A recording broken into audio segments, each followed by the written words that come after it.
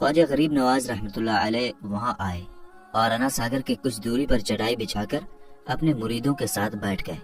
عصر کا وقت تھا، لہٰذا آپ خواجہ صاحب نے حضرت قطب الدین رحمۃ اللہ علیہ سے آذان دینے کو کہا۔ کفر و شرک سے بھرے اجمیر میں اللہ کے ایک ہونے اور حضرت محمد صلی اللہ تعالی علیہ وسلم کے رسول ہونے کا یہ پہلا اعلان تھا۔ وہاں رہنے والے لوگ اسلام کے بارے میں کچھ بھی نہیں جانتے تھے، چنانچہ اذان کی آواز سن کر وہ حیران ہوئے اور اپنے گھروں سے نکل کر سب خواجہ غریب نواز اور ان کے مریدوں کو دیکھنے لگے، اور انا ساگر کے پاس بھیڑ لگ گئی۔ خواجہ غریب نواز اور ان کے مریدوں نے انا ساگر کے پانی سے وضو کیا اور نماز پڑھنا شروع کر دیا۔ سب ہندو حیران رہ گئے، وہ سوچ رہے تھے کہ سب بھگوان تو مندر کے اندر ہیں، تو یہ لوگ کھڑے ہو کر کون سے بھگوان کے آگے جھک رہے ہیں۔ شام ہوئی تو راجا کے اونٹ جو دن میں چرنے کے لیے گئے تھے اپنے چرواہوں کے ساتھ واپس آنے لگے۔ اتفاق کی بات تھی کہ جہاں حضرت خواجہ غریب نواز بیٹھے تھے وہ جگہ راجا کے اونٹوں کے بیٹھنے کی جگہ تھی۔ چرواہوں نے بابا صاحب سے کہا کہ او بابا صاحب یہاں سے اٹھیے، کیونکہ یہ جگہ راجا کے اونٹوں کے بیٹھنے کی جگہ ہے۔ خواجہ صاحب نے فرمایا اتنا میدان خالی پڑا ہے، اونٹ تو کہیں بھی بیٹھ جائیں گے، کیوں بے وجہ ہمیں تنگ کرتے ہو؟ وہ لوگ نہیں مانے اور مسلح اٹھا کر ادھر ادھر کرنے لگے اور خواجہ صاحب سے بدتمیزی کرنے لگے، اور ان لوگوں نے آخرکار بہت بدتمیزی سے کہا کہ یہ راجا کے اونٹوں کے بیٹھنے کی جگہ ہے اور ادھر راجا کے اونٹ ہی بیٹھیں گے، تم لوگ کہیں اور اپنا مسلح بچھا لو۔ آخرکار آپ خواجہ صاحب نے اٹھتے ہوئے حضرت قطب الدین سے فرمایا اٹھو قطب الدین، یہ کہہ رہے ہیں کہ یہ اونٹوں کے بیٹھنے کی جگہ ہے، تو چلو میں کہتا ہوں اب یہاں صرف اونٹ ہی بیٹھیں گے۔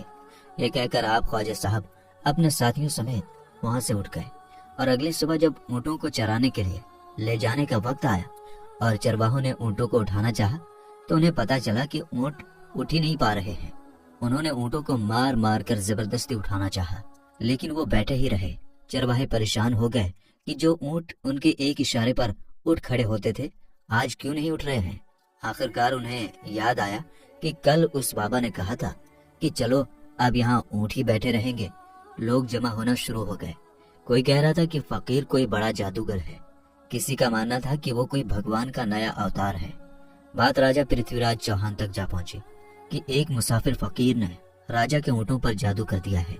راجہ نے حضرت خواجہ معین الدین چشتی کو خبر بھیجا کہ تم کیسے فقیر ہو جو بے زبانوں کو باندھ رکھا ہے، یہ بیچارے بھوک اور پیاس سے مر جائیں گے، اس لیے مہربانی کر کے اپنا جادو واپس لے لو۔ خواجہ صاحب نے فرمایا ہم مسلمان ہیں اور مسلمان بددعا نہیں کرتے اور نہ جادو کرتے ہیں، اونٹ جس کے حکم سے بیٹھے تھے اسی کے حکم سے کھڑے ہو جائیں گے۔ اب جو جا کر چرواہوں نے اونٹوں کو اٹھایا تو پہلی ہی بار میں اٹھ کھڑے ہو گئے۔ غیر مسلموں کی دلچسپی ان مسافروں میں بڑھنے لگی۔ اب 5 وقت کی اذان ہوتی اور نماز ادا کی جاتی۔ آخرکار راجہ تک یہ بات پہنچ گئی اور اس کو شکایت کی گئی کہ راجہ صاحب جو فقیر آئے ہوئے ہیں سب کے سب مسلمان ہیں، 5 وقت اذان دیتے ہیں اور ہمارے پوتر تالاب کو ہاتھ منہ دھو کر گندا کرتے ہیں، ہمارے دھرم کے خلاف باتیں بھی کرتے ہیں اور کہتے ہیں کہ یہ مورتیاں پوجنے کے لائق نہیں، یہ تو صرف ایک پتھر ہے، اس لیے انہیں یہاں سے اٹھا لیا جائے۔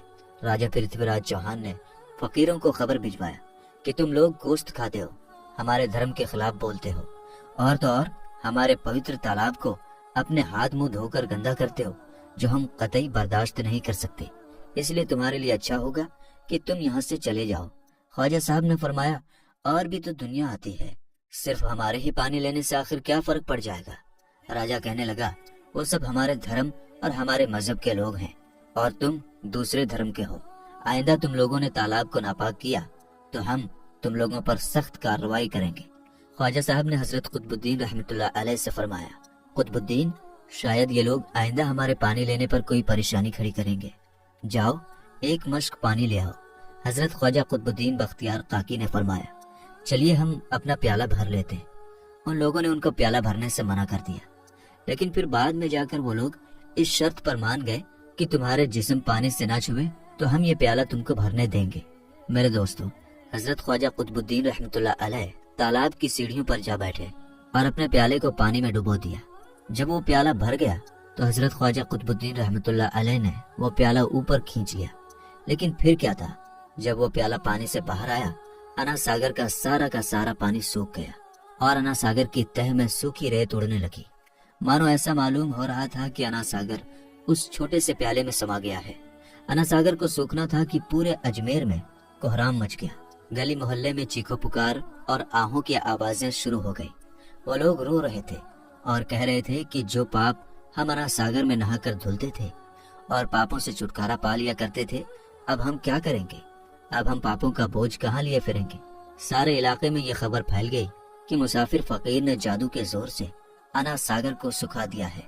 دوستو، جانتے ہیں آگے کیا ہوا؟ آگے ہوا یہ کہ راجہ پرتھوی راج چوہان انا ساگر کے سوکھ جانے کی وجہ سے بہت پریشان ہوا۔ اس نے اپنے وزیروں کو بلایا، سب سے یہی کہا کہ فقیر یا تو کوئی جادوگر ہے یا پھر واقعی کوئی پہنچا ہوا فقیر ہے۔ ساتھ ہی ان کی پریشانی بڑھ گئی کہ اجمیر کی رونق تو تھی ہی انا ساگر کے دم سے۔ اس کی وجہ سے لوگ دور دور سے اجمیر آتے تھے اور اپنا ایمان تازہ کر کے لوٹ جایا کرتے تھے۔ انا ساگر کے سوکھ جانے سے ہندو دھرم کو سخت دھکا لگے گا اور یہ بڑی شرمناک بات تھی۔ آخرکار یہ کہا گیا کہ فقیر سے بات کی جائے کہ آخر وہ فقیر چاہتا کیا ہے۔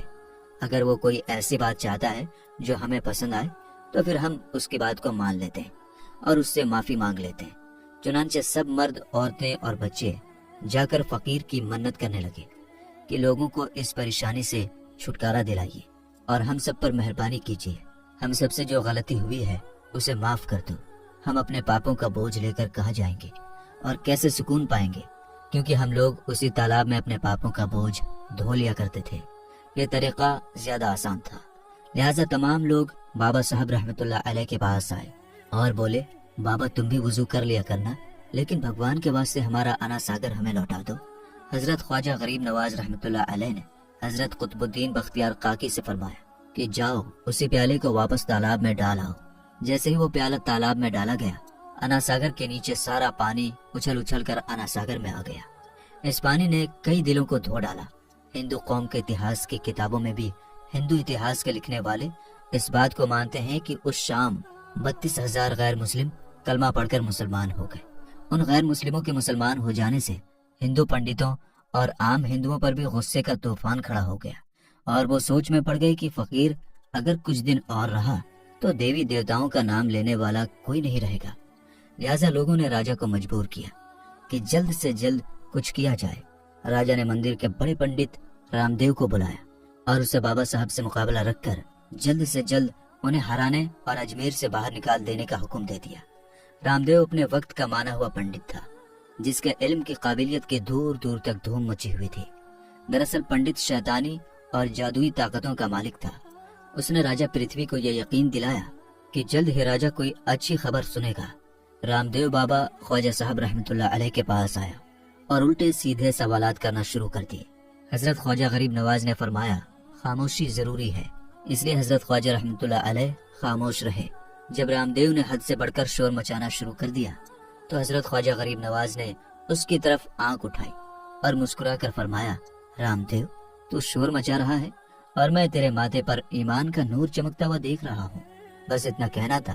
نہ جانے کیا کرشمہ ہوا، دیکھتے ہی دیکھتے بابا رام دیو قدموں پر گرا اور روتے ہوئے بولا، بابا صاحب جس دھرم کے تم ہو اس دھرم میں مجھے بھی شامل کر لو۔ سب لوگ جو مقابلہ دیکھنے آئے تھے سب حیران ہوئے اور بابا رام دیو جو بابا کو ہرانے آیا تھا خود ہی مسلمان ہو گیا۔ اتہاس کی کتابیں بھری پڑی ہیں کہ حضرت خواجہ غریب نواز وہ اکلوتے بزرگ ہیں جنہوں نے 90 لاکھ غیر مسلموں کو مسلمان کیا۔ صدیاں بیت گئی لیکن آج بھی خواجہ غریب نواز کا ڈنکا ویسے ہی بج رہا ہے۔